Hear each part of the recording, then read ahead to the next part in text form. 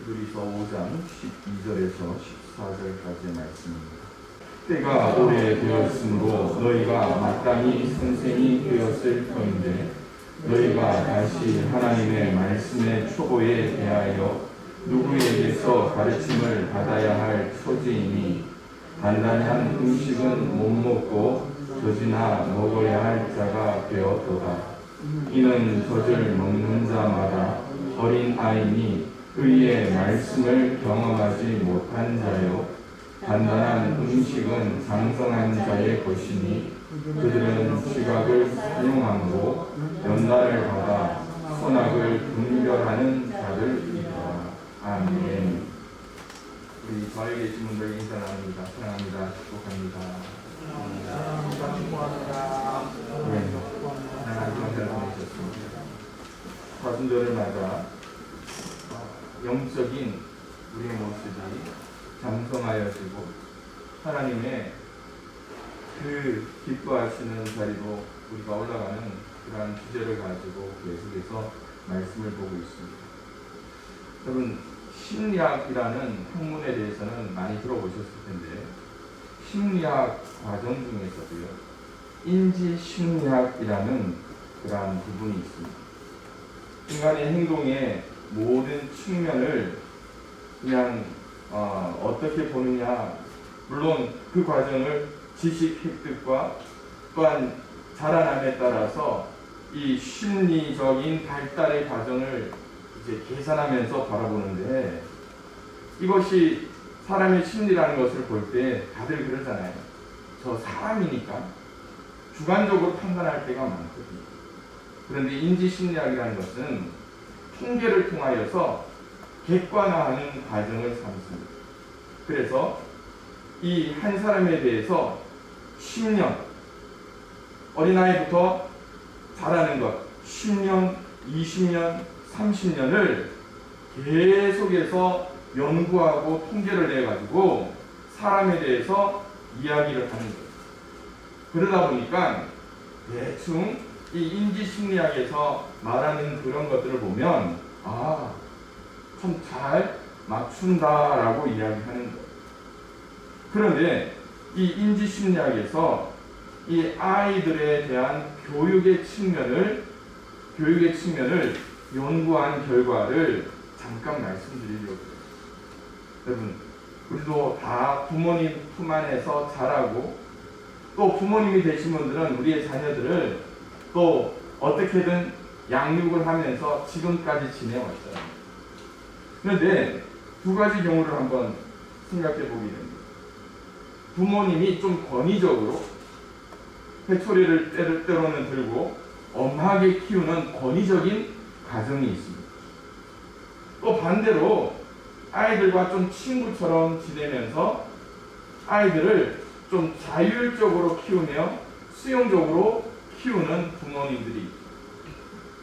그런데 이 가정 두 모델을 보게 된다면 어느 가정이 빨리 아이들의 성적이나 아이들의 행동이나 아이들의 그런 변화된 모습을 어느 가정에서 더 빨리 가지고 올 수 있을까요? 어느 가정일까요? 예, 권위적이고 때로는 회초리를 들면서 억압하는 가정, 그런 가정은 아주 빨리 사람 그 부모님이 원하는 틀 안에 자녀를 양육할 수 있는 목표를 이룬다. 어떤 사회를 통해서 이 권위적인 가정을 볼 수 있느냐 하면 군대라는 그 사회를 보면 잘 알 수 있습니다. 군대 갔다 오신 분들은 아시죠? 들어갈 때는 뭐 군대 별거 있겠어 하고 들어갔는데 들어가자마자 어떻게 합니까?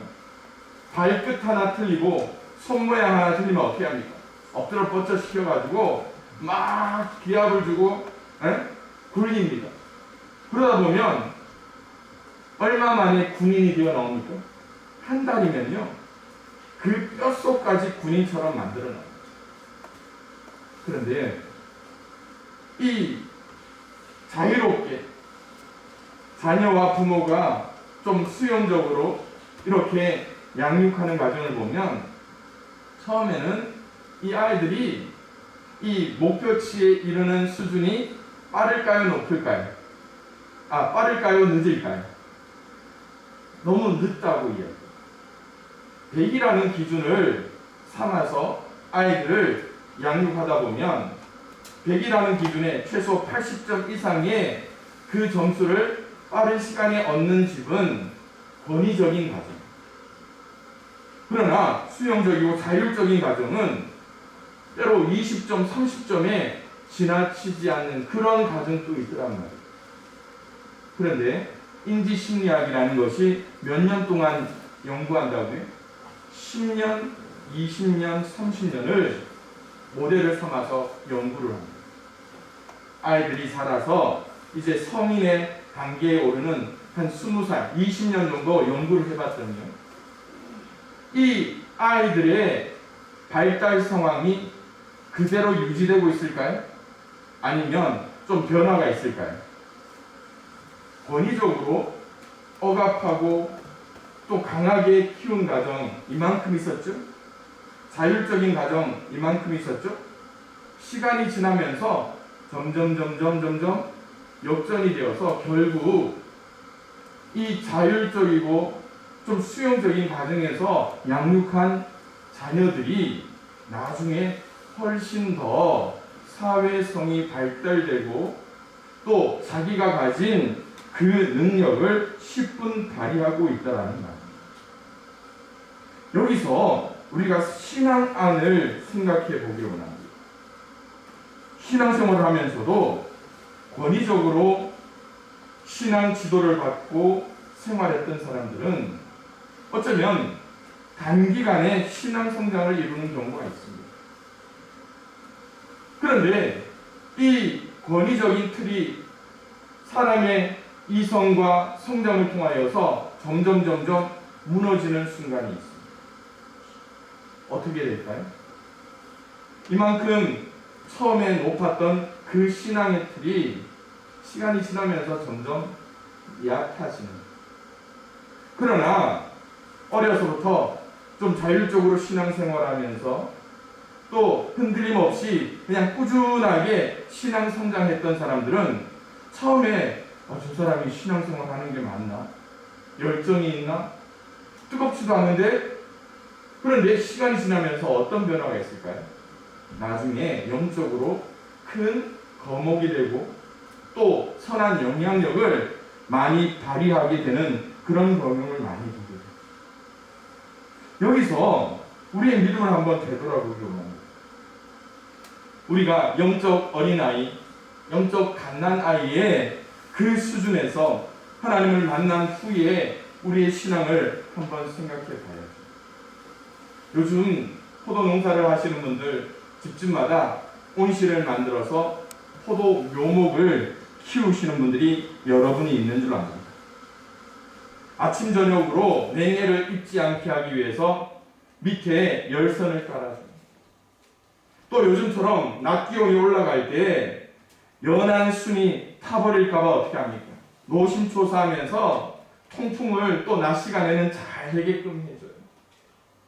그랬더니 하루에 1cm, 2cm씩 그 포도순이 자라면서 뿌리를 내리면서 점점 자라가는 게 눈에 보입니다. 어떻게 이걸 자라냐고요? 저도 집 안에 포도가지 5개, 6개를 잘라다가 그냥 아무것도 안 하고 모래에다가 꼽아놨더니 마르지 않게 물을 줬더니요. 거기서 생명이 발달합니다. 그런데 여러분 잘 생각해 보십시오. 적당한 온도, 적당한 습도, 또 많은 영양분을 그 온실 안에서 키우면서 그냥 막 하루에도 몇 cm씩 쑥쑥 자라게 해준다고 해서 그 안에 놔두면 포도가 포도 역할을 할 수 있을까요? 없을까요? 좀 이제는 더디더라도 이제 때가 되면 그 뿌리를 내린 포도 묘목을 거친 포도밭에 심어서 찬바람도 맞고 또 뜨거운 열기 아래서 스스로 뿌리를 내리며 자라나기를 기다려야 합니다. 그것이 오늘 우리의 신앙의 과정이라는 거예요. 오늘 사도 바울은 히브리서 기자는요, 영적 어린아이들에 대한 말씀을 통하여 책망을 하고 있는 것을 보게 됩니다. 때가 오래되었으므로 너희가 마땅히 선생이 되었을 터인데 너희가 다시 하나님의 말씀의 초보에 대하여 누구에게서 가르침을 받아야 할 처지이니 단단한 음식은 못 먹고 젖이나 먹어야 할 자가 되었도다라고 말씀하는 거예요. 예수를 믿고 신앙의 그러한 생활을 한 지 수년이 지나서도 아직 그리스도의 그 신앙의 초보에 머물러 있는 사람들을 향해 안타까워하는 말씀이 바로 이 말씀이죠. 육체적인 성장을 가져가는 우리 아이들이 2-3살 수준에 머물러 있다고 생각해 보십시오. 부모의 마음은 무너질 수밖에 없는 거거든요. 동일하게 우리 주님께서도 성도들이 자라지 못한 채 영적 어린아이로 머물러 있는 그 상태를 얼마나 고통스러워할 것인가를 이 말씀을 통해 보게 됩니다. 그것이 어떻게 나타납니까? 13절에 이렇게 말씀하잖아요. 이는 젖을 먹는 자마다 어린 아이니 의의 말씀을 경험하지 못한다. 우리에게 의의 말씀을 경험하라고 말씀합니다. 그렇기 위해서는 사순절을 맞아 그리스도의 삶, 그리스도의 공생애의 그 과정들을 묵상하며 우리의 신앙의 과정 속에 자라고 있는지, 멈춰 있는지, 선한 영향력을 끼치는지, 그렇지 못한지를 우리는 한번 생각해 보기를 원합니다. 그렇다면 오늘 성도가 가져야 할 책임이 무엇인가? 어떤 것들이 있을까요? 여러분 한번 생각해 보십시오. 예수 믿으면서 교회 나오니까 이것도 하라 저것도 하라 하는데 그 책임들이 뭐가 있을까요? 저는 첫 번째로 성도는요, 누구의 세계선가 하나님의 말씀에 분명한 가르침을 받아야 할 책임이 있다는 것을 여러분과 함께 나누려고 합니다. 여러분, 세상에서 대하기 제일 힘든 사람이 뭘까요? 나 건드리지 마 하는 사람. 자라지 않는 사람들, 변하지 않는 사람들의 특징이 뭔지 아십니까? 나는 배울 필요 없어. 요즘 저희 이 어린아이에 대한 말씀을 하면서 저희 아이들에 대한 이야기를 많이 드립니다. 저희 막내 아이는 아침에 일찍 일어납니다. 아침에 뭐 먹을까 생각하면서 일찍 일어나요. 뭘 먹을까 하니까 아이가 잘 큽니다. 그런데 우리 둘째 아이는 일어나자마자 하는 말이 있습니다. 무슨 말 할까요? 맞춰보십시오. 나 밥 안 먹어. 눈 뜨자마자 하는 말이 나 밥 안 먹어. 큽니까? 안 큽니까? 여러분들 잘 아시잖아요. 안 커요. 신앙생활도 마찬가지. 신앙생활 하면서 하나님의 말씀에 대해서 끊임없이 배우고 또 말씀에 붙잡힌 바 되고 몸부림칠 때에 신앙의 성장, 삶의 변화가 이루어지는데 나 배 안 고파. 우리가 불렀던 찬양 가사 쓴 것 같이 목마른 사슴 시냇물을 찾아 헤매이듯이 목마름에 대한 갈급함이 있을 때 그 사슴은 물을 찾고 물을 섭취해야 될 수 있습니다. 신앙생활을 하면서 우리는 이 가르침을 받지 않고 때로 내가 다 안다라는 그러한 판단을 하게 될 때에 우리는 영적인 성장을 멈출 수밖에 없다라는 거예요. 디모데후서 3장 16절 모든 성경은 하나님의 감동으로 된 것, 교훈과 책망과 바르게 함과 의로 교육하기에 유익하니. 교훈이라는 게 뭡니까? 책망이라는 게 뭡니까? 바르게 함과 의로 교육한다는 게 뭡니까?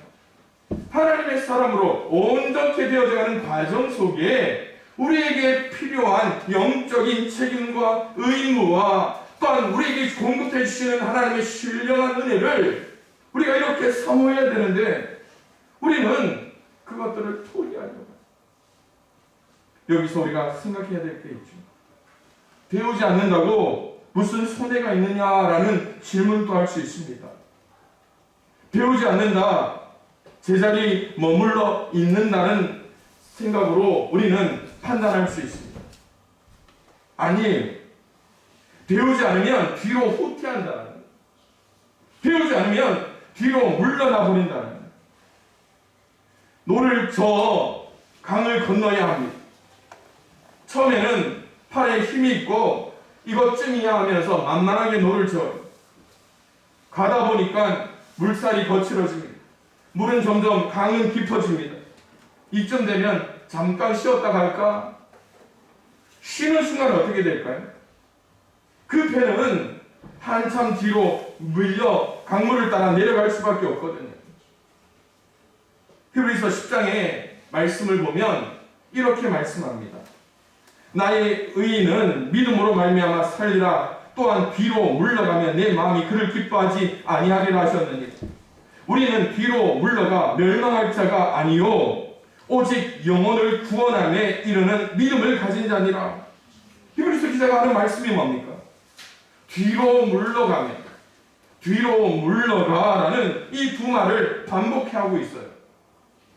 우리가 그 자리에 있는다 하면서 뒤로 물러갈 때 하는 말씀이 뭡니까? 하나님이 기뻐하지 않으신다라고 말씀하잖아요.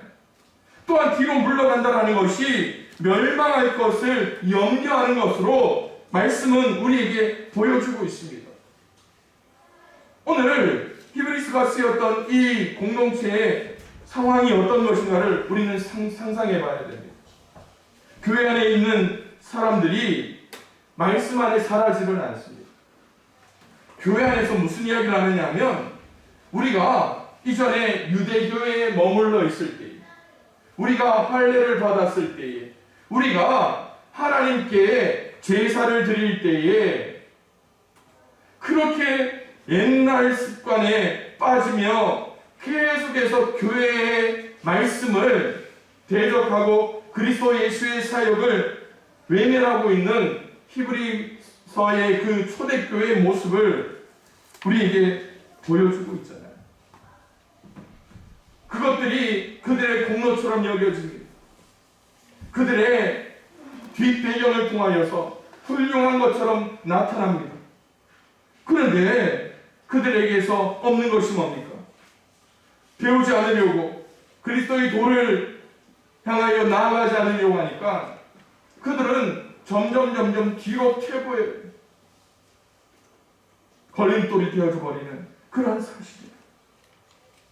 사랑하는 성도 여러분, 오늘 우리가 배워야 할 신앙의 다른 습관이 뭔지 아십니까?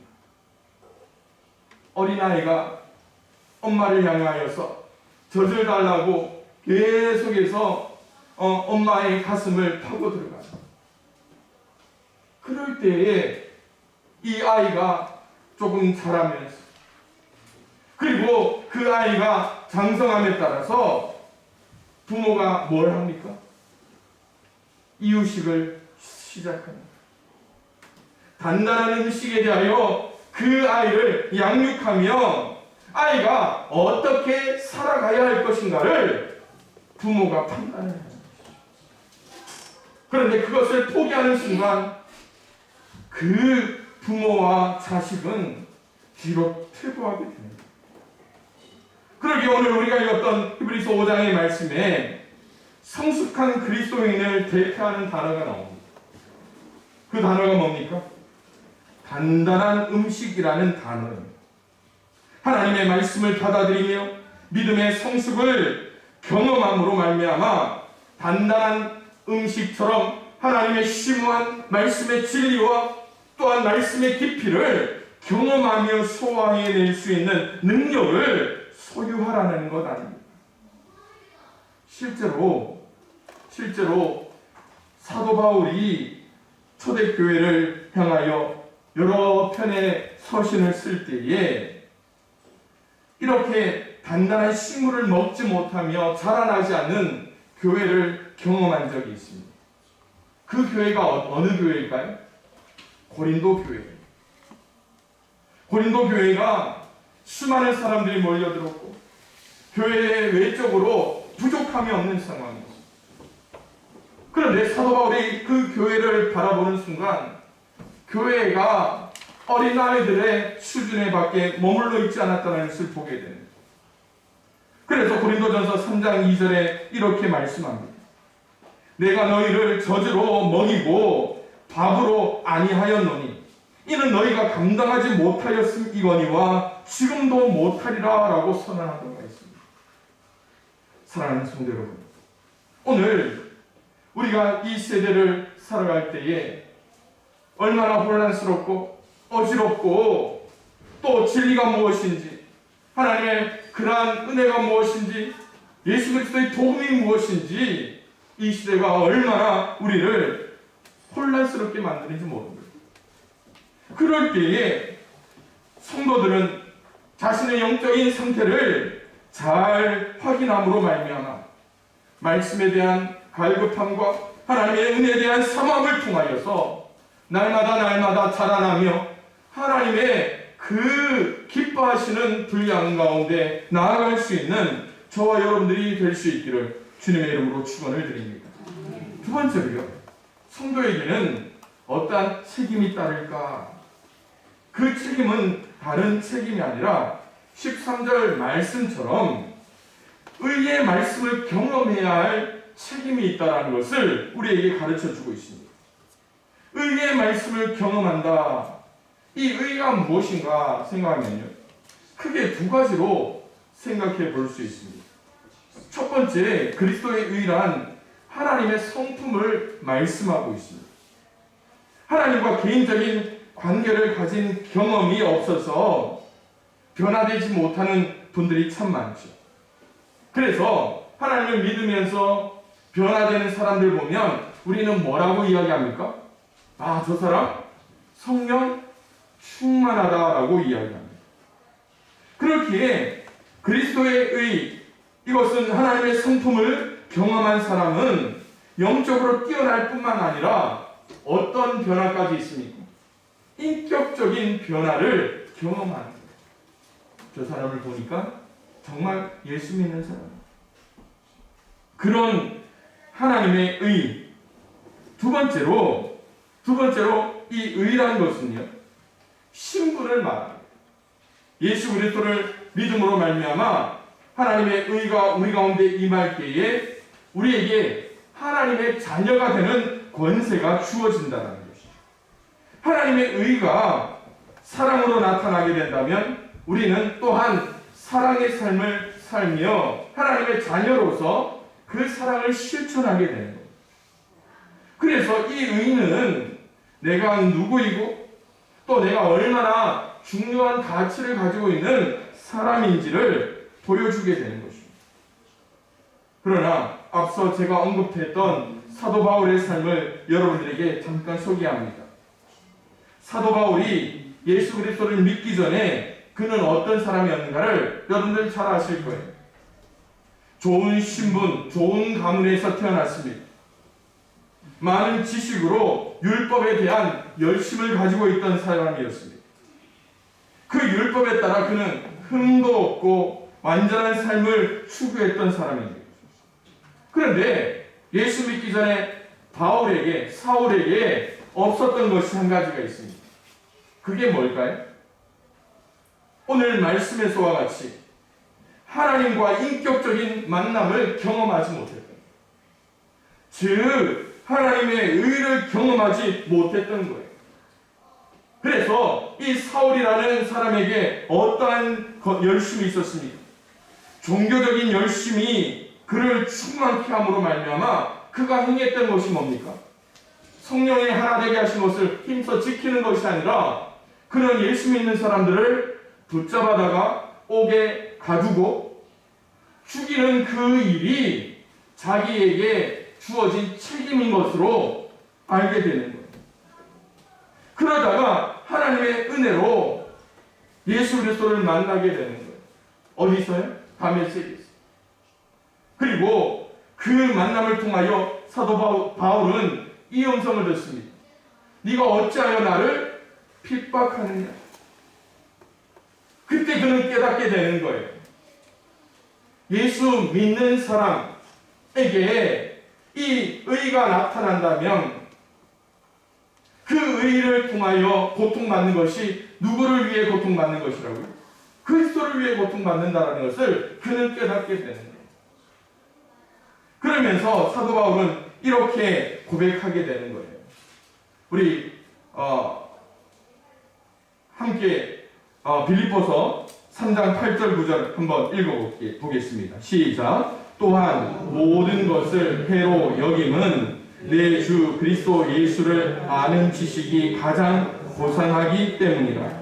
내가 그를 위하여 모든 것을 잃어버리고 배설물로 여김은 그리스도를 얻고 그 안에서 발견되려 함이니 내가 가진 의는 율법에서 난 것이 아니요 오직 그리스도를 믿음으로 말미암은 것이니 곧 믿음으로 하나님께로부터 난 의라.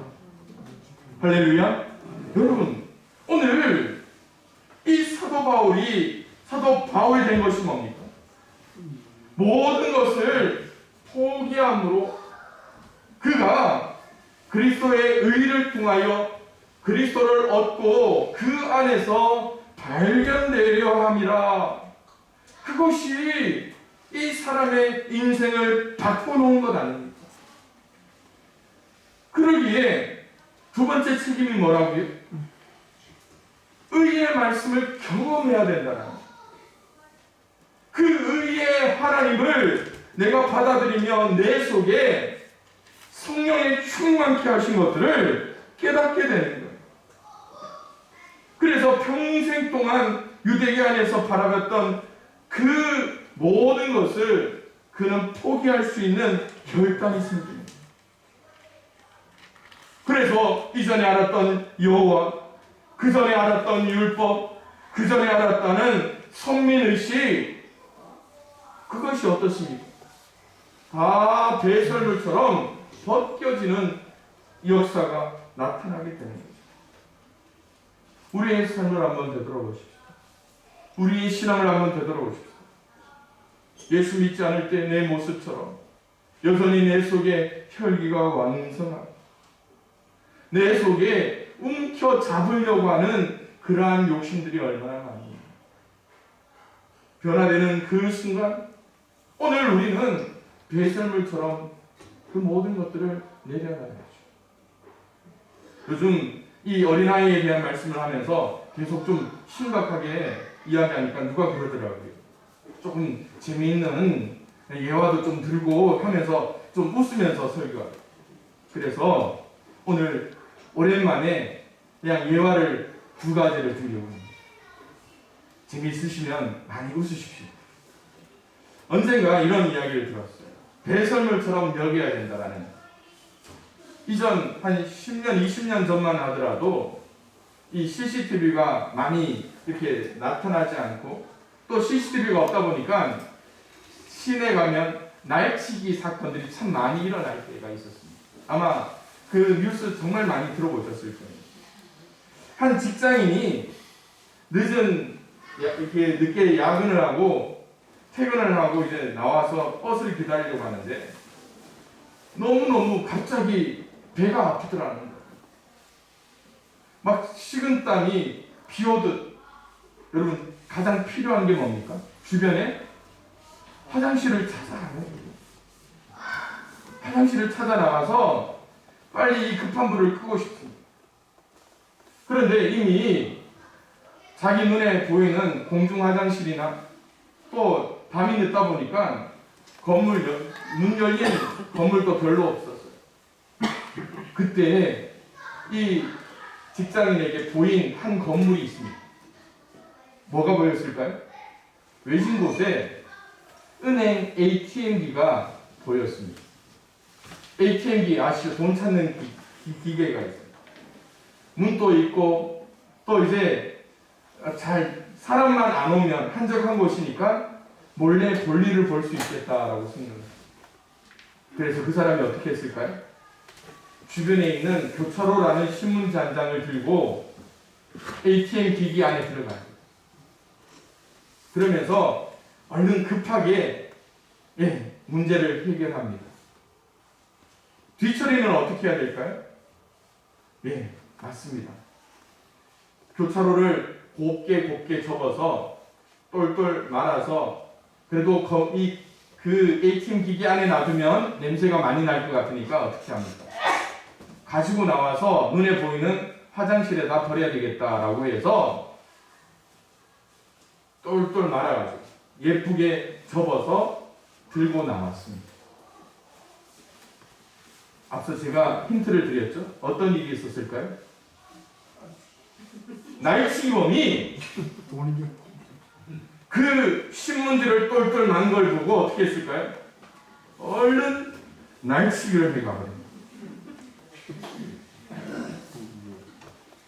우리의 삶이 바로 그런 거예요. 배설물처럼 내려놔야 될 거는 내려놔야 되는데 세상은 어떻게 합니까? 분간하지 못하고 그것을 도뭉치인 것으로 생각하고 날치기 해버려요. 이왕 똥 이야기를 했으니까 또 한 이야기를 할게요. 여러분, 등산을 해보신 분이 많으시죠? 한 분이 등산을 하면서 갑자기 배가 아팠습니다. 어떻게 했을까요? 예, 길거리에 아무도 안 오니까 어떻게 할까요?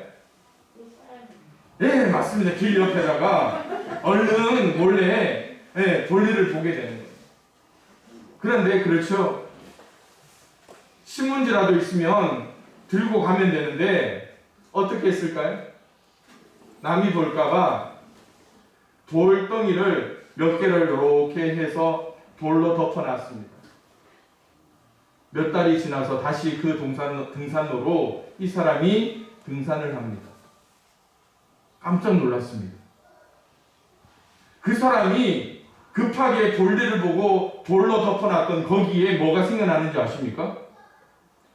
사람들이 돌탑을 이만큼 쌓아놨다는 거예요. 그 사람은 뭔가 자기의 것들 배설물로 여기며 덮으려고 하지만 사람들은 세상적인 욕심에 무슨 탑을 쌓았을까요? 돌탑을 쌓을 때 어떤 생각입니까? 소원을 빌면서 쌓았다는 것 아닐까요? 여러분, 이것이 웃으려고 하는 이야기일 수도 있겠지만 오늘 우리 속에 하나님의 말씀을 통하여서 성도에게 주어지는 책임이 무엇인가를 생각하게 하죠.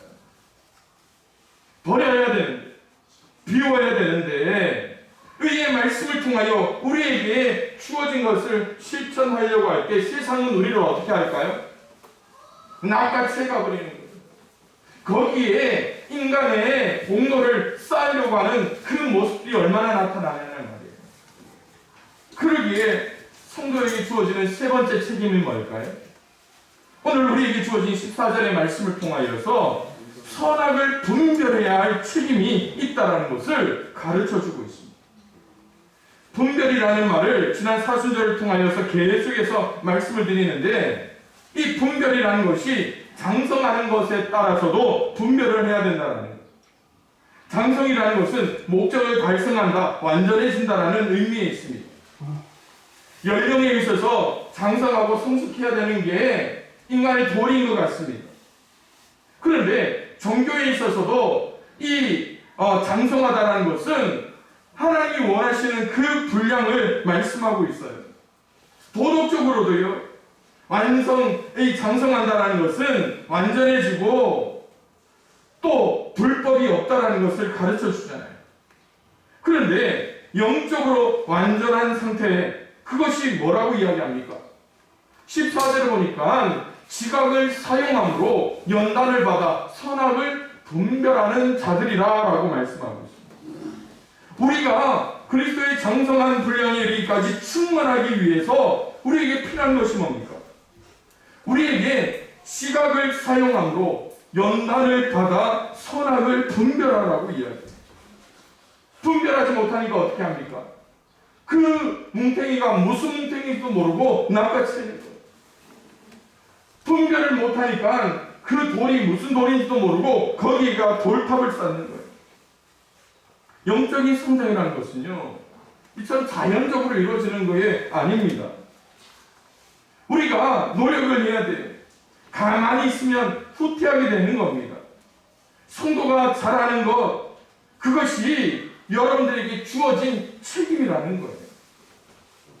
그래서 우리가 읽었던 본문 뒤편에 보면 히브리서 6장 1절에 뭐라고 이야기하시는지 아십니까?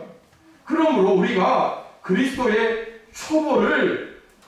도의 초보를 버리고라고 말씀하는 거예요. 이것이 저와 여러분들에게 주어지는 그런 책임이어야 한다는 거예요. 그러므로 장성한 자란 하나님의 말씀을 들을 뿐만 아니라 실제로 적용하며 실천하는 훈련을 해야 됩니다. 영적인 진보를 이루어 처음에는 저질러올 수밖에 없는 갓난아이일 수도 있지만 이 저제에서 또 이유식에서 점차 단단한 음식을 먹을 수 있는 그 수준으로 나아가는 것이 저와 여러분들에게 주어지는 책임이라는 거예요. 미국의 대부흥을 일으켰던 무디 목사님이 가지고 있던 성경책에는 영어로 T와 P가 적혀 있어요. T, 시험되었고 P, 증명되었다. 성경이라는 것이 시험하고 증명되었다라는 거예요. 그러면서 이 무디 목사님은 자기의 신앙에 있어서 하루라도 자라나지 않으면 안 되는 그러한 것임을 많은 사람들에게 일깨워줬다라는 것이죠. 그러기에 사랑하는 성도 여러분, 여러분들에게 다시 한 번 더 말씀을 드립니다. 여러분들의 신앙을 바라보면서 어쩌면 누구보다도 어떠한 권위적인 그러한 환경에서 빨리 신앙의 성장을 이루신 분들도 있습니다. 반면에 권위적이지는 않지만 교회 안에서 있는 듯 없는 듯 신앙생활을 하면서 쭉 자라오면서 시간이 10년, 20년, 30년 지나면서 누구보다도 영향력이 크신 분들도 있을 겁니다. 그러나 이제 우리 모두에게 필요한 것이 무엇인가? 그것은 바로 지난주에도 드렸던 말씀처럼 우리가 다 하나님의 아들을 믿는 것과 아는 일에 하나가 되어 온전한 사람을 이루어 다시 한번 그 세 번째 줄 다 함께 읽어볼까요? 시작! 그리스도의 장성한 분량이 충만한 데까지 이르리니 거기까지 자라나는 것이 저와 여러분들의 신앙의 그 열매여야 한다는 것입니다. 그러기에 여러분 말씀을 배우는 일에 게으르지 마십시오. 배우는 일이 여러분들의 책임입니다. 하나님의 의의 말씀을 경험해야 할 책임을 가지고 말씀에 대하여 여러분들이 책임감 있는 신앙생활을 하시길 바랍니다. 또한 이 세대를 살아가면서 선악을 분별해야 할 책임이 여러분들에게 있습니다. 여러분들이 깨어 있어야 할 이유가 바로 여기에 있다는 것이에요.